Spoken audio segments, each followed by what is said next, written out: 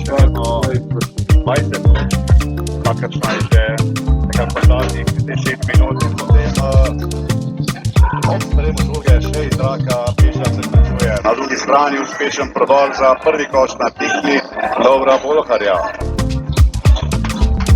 Neuspešen. Bolhar z lepim rolingom mimo Pelka.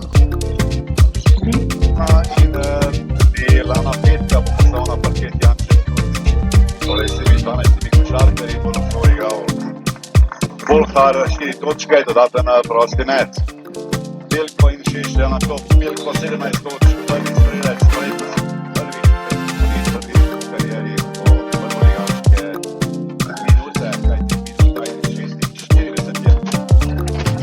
Lajko proti Antiču, 1-1. To je uspešno, Bolhar gre po svoj novi koš.